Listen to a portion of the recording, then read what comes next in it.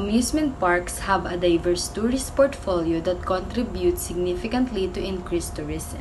Its impact on the community is positive and can also affect significant changes in tourism development.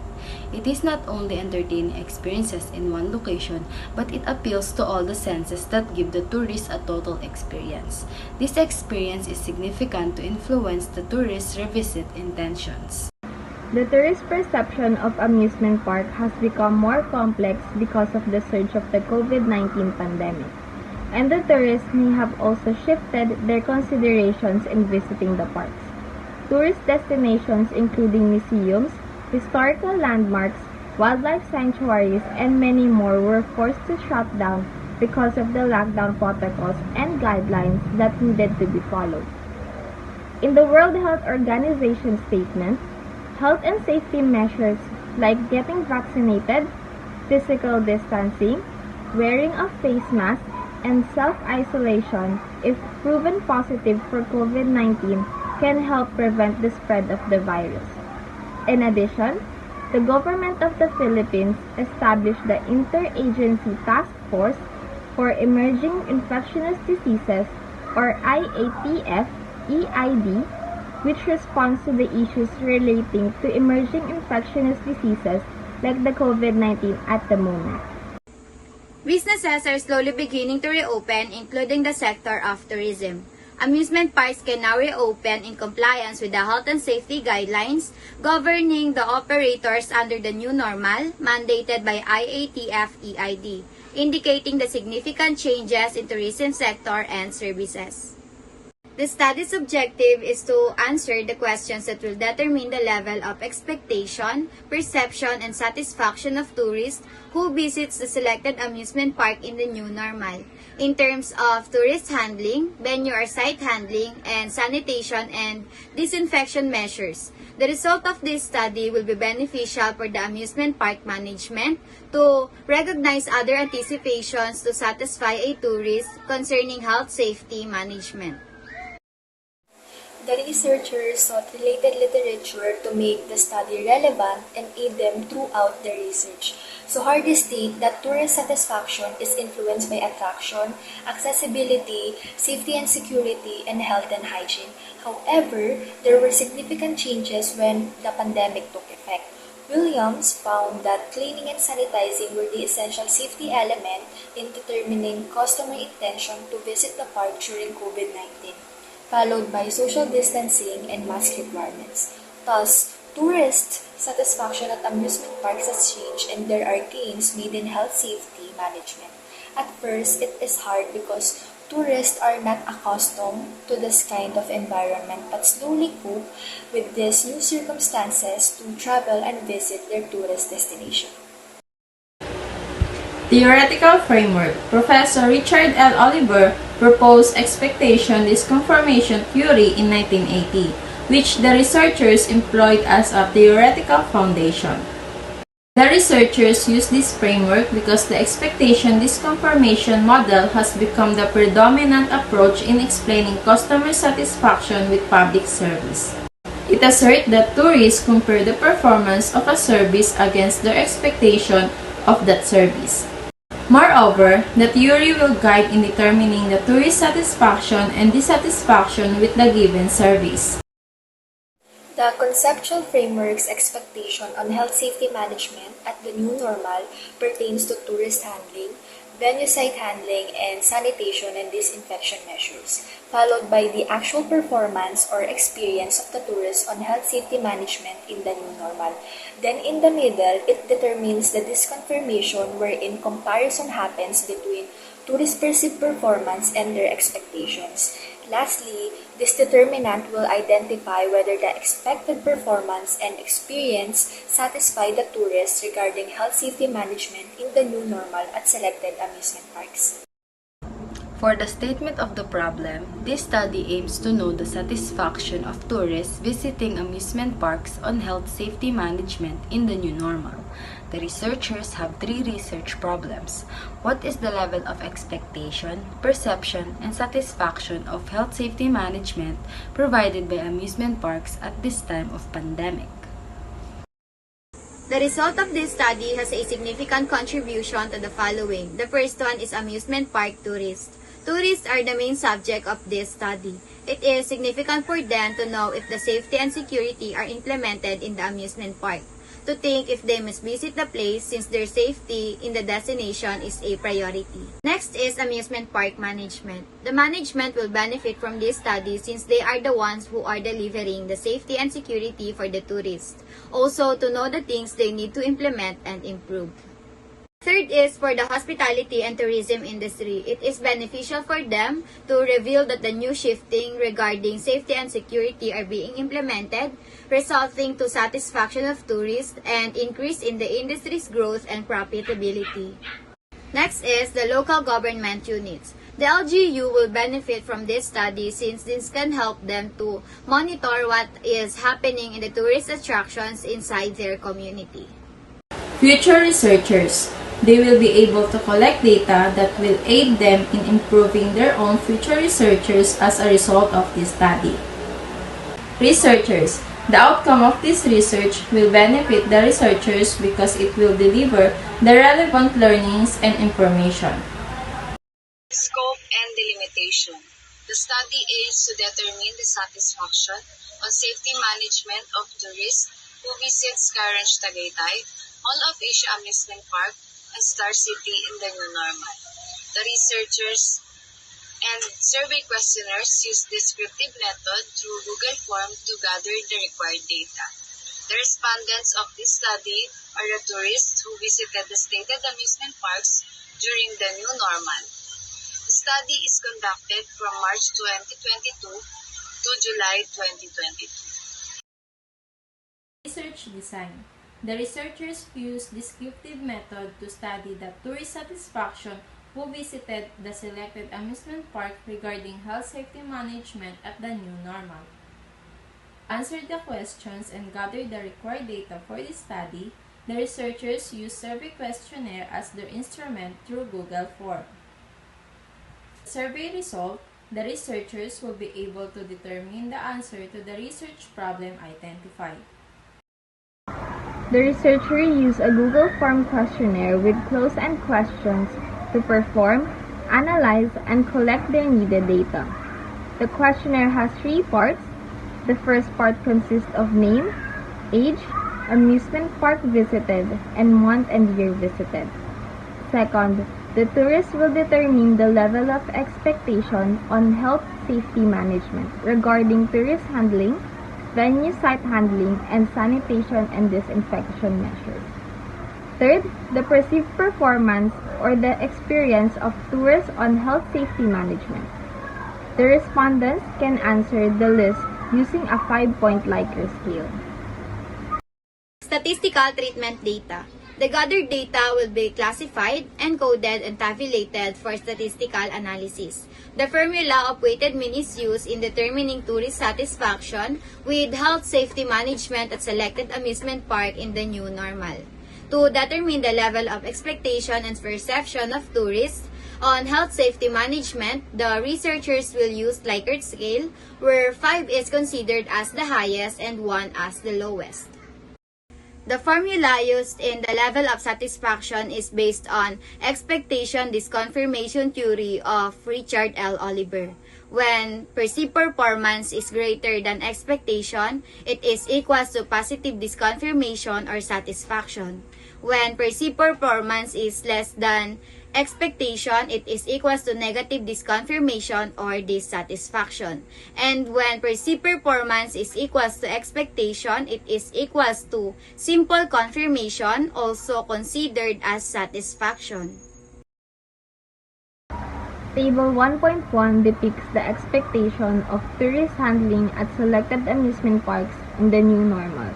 The requiring of face masks and physical distancing got a weighted mean of 4.35, interpreted as highest.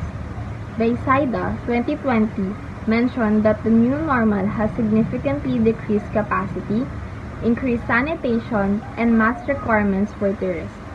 But the contactless transactions got the lowest weighted mean of 3.68, but were still assessed as high. Krzyk 2021 states, that some of the drawbacks of online booking and reservation are that tourists may experience technical issues resulting in paying twice, and online booking requires constant internet access. The overall weighted mean is 4.00, which is classified as high. For the tourist expectation regarding the health safety management of the amusement parks in this pandemic, indicating that requiring of face masks and physical distancing, mandatory screening, and contactless transactions are anticipated upon the visit. Table 1.2 presents the expectation of tourists on the health safety management at selected amusement park in the time of new normal, in terms of venue or site handling, service counter barriers set up at the help desk, and food and beverage outlets got the weighted mean of 4.31, which is verbally interpreted as high. Arupo et al. 2021 showed that the park's public health mitigation must incorporate techniques to limit the virus contamination to protect the staffs and the tourists. However, the floor markers in registration and waiting areas got the lowest weighted mean of 4.23, but still verbally interpreted as high. Floor markings bring safe working and operating boundaries for people. It helps individuals to practice social distancing to reduce the risk and spread of the COVID-19 virus from Torres 2020. The overall weighted mean is 4.26, which is verbally interpreted as high. The tourist expectations regarding the health safety management of amusement park in terms of venue or site handling are on a high level and met. Table 1.3 represent the expectation of sanitation and disinfection measures at selected amusement parks in the new normal. The data revealed that the functional toilets and hand washing stations got the highest weighted mean of 4.25, and it is verbally interpreted as high.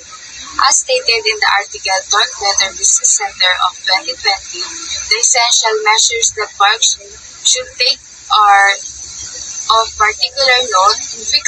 Frequently hand washing is necessary, and providing additional hand washing or hand sanitizer hygiene station throughout the facilities.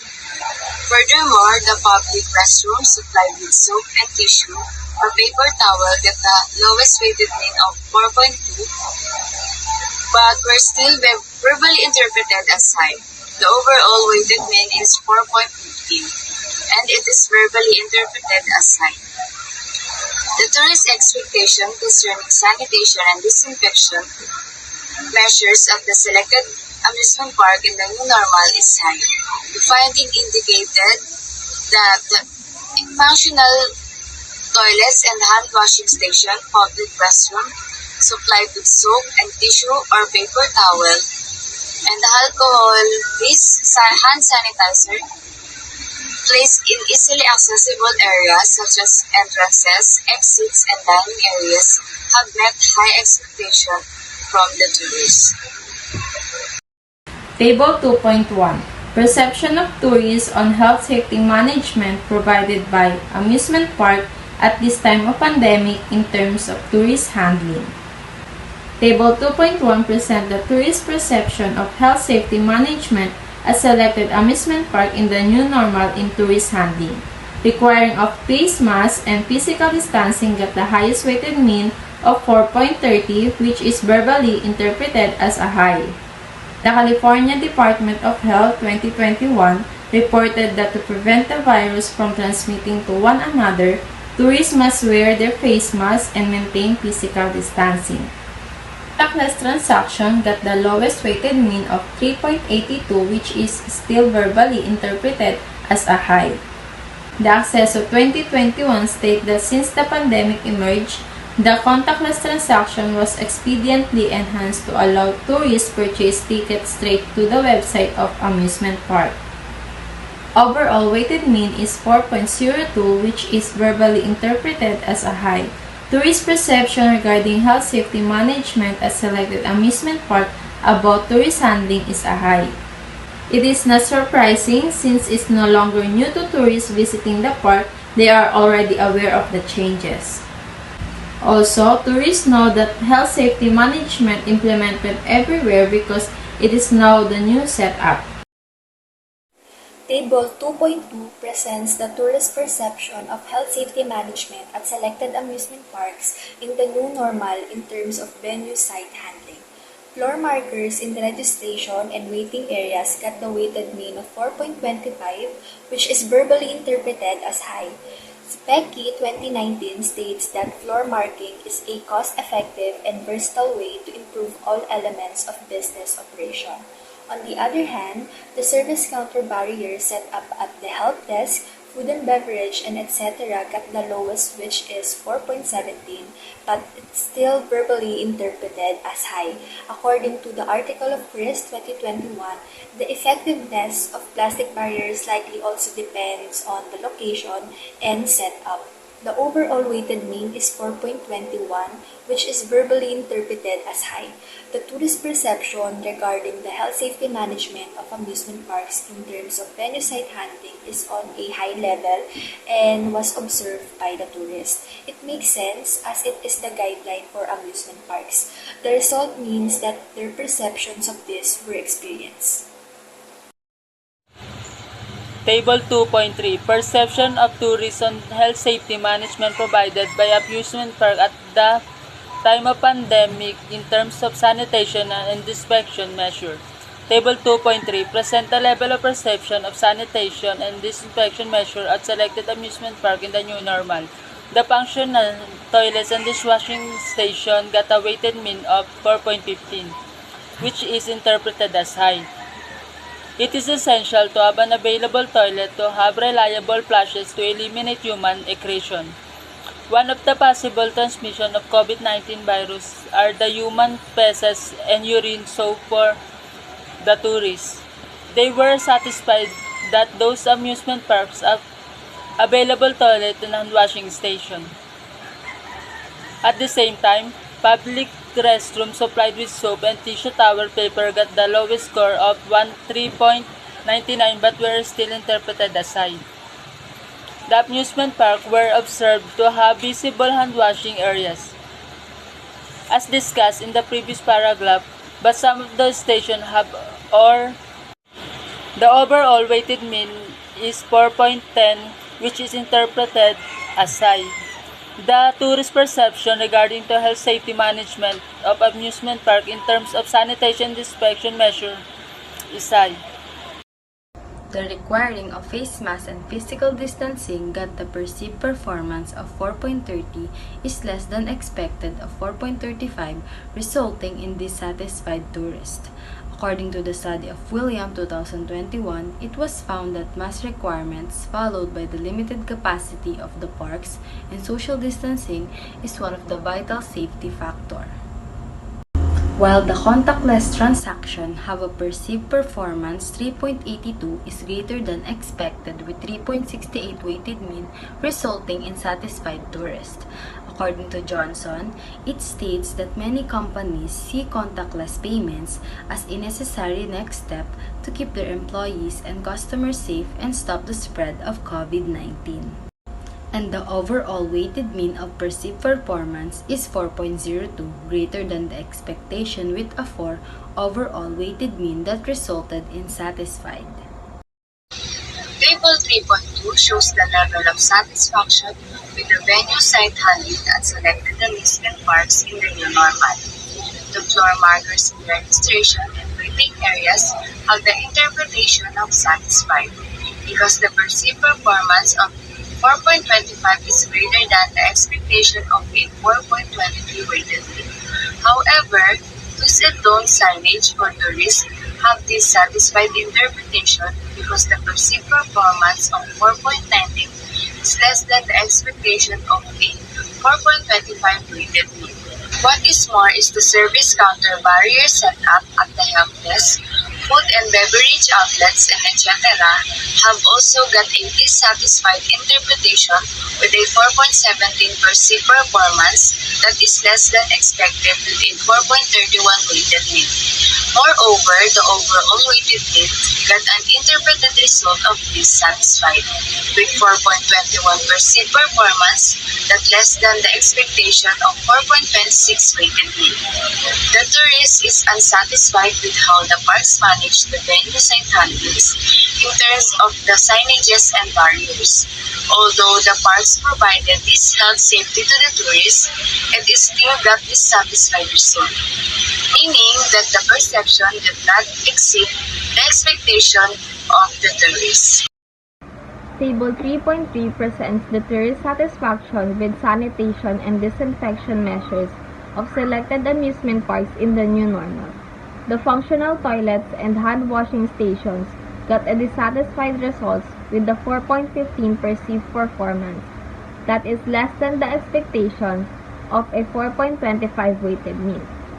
For the public restrooms supplied with soap and tissue toilet paper, the interpretation was also dissatisfied with a 3.99 perceived performance, that less than the expectation of a 4.3 weighted mean. The results obtained from the previous two are the same for the alcohol-based hand sanitizers that place easily accessible in areas such as entrance, exits, and dining areas. It also interprets dissatisfied with the 4.15 perceived performance, that is less than the expectation of a 4.23 weighted mean. One of the elements that impact tourist satisfaction according to Sohardi 2021 is health and sanitation. The three health safety in this table does not achieve their sanitation and disinfection measures because of the tourists perceive is less than their expectation, resulting in discontentment among tourists. When it comes to the overall weighted mean, there is no doubt that the result is as well dissatisfied, having a lower perceived performance, which is 4.10, that is crystal clear, less than the expectation of 4.17. The summary of findings in terms of tourist expectations regarding and tourist handling. The requiring of face masks and physical distancing got the highest, while the contactless transaction got the lowest. In regards in venue site handling, the service counter barriers set up at the help desk, food and beverage outlet security checkpoints got the highest, while the floor markers in registration and waiting areas obtained the lowest.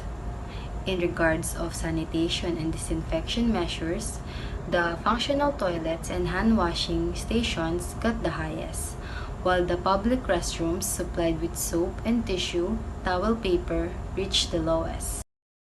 The summary of findings regarding in tourist perception in terms of tourist handling. The requiring of face masks and physical distancing got the highest, while the contactless transaction got the lowest. In regards in venue site handling, floor markers in registration and waiting areas got the highest, while the service counter barriers set up at the help desk, food and beverage outlets, security checkpoints obtained the lowest. In regards of sanitation and disinfection measures, the functional toilets and hand washing stations and alcohol-based sanitizers are placed in easily accessible areas such as entrances, exits, and dining areas got the highest, while the public restroom supplied with soap, tissue, towel paper obtained the lowest. The summary of findings for the tourist satisfaction in terms of tourist handling. The contactless transaction got a satisfied result, while the requiring of face masks and physical distancing and mandatory screening both got a dissatisfied result. In regards of venue site handling, the floor markers in registration and waiting areas got a satisfied result, while the do's and don'ts signage for tourists and service counter barriers set up at the help desk, food and beverage outlets, and security checkpoints reached dissatisfied result.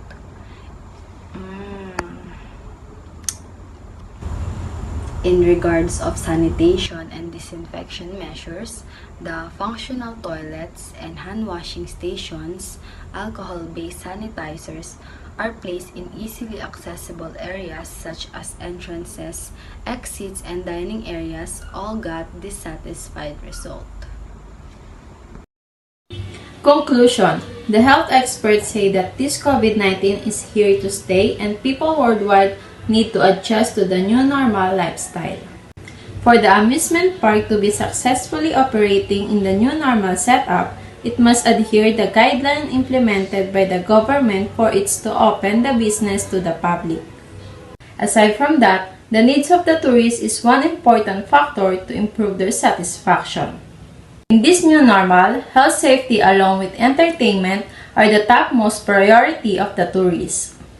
The findings reveal that all of the amusement parks are studied were able to provide the necessities for their tourist safety in terms of health safety management during the pandemic, especially about the implementation in terms of tourist handling, venue or site handling, and sanitation and disinfection measures, the three main variables of this study.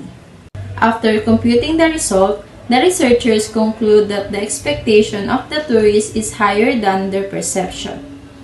Even though the amusement park provide the health safety, their efforts are not enough to satisfy the tourists.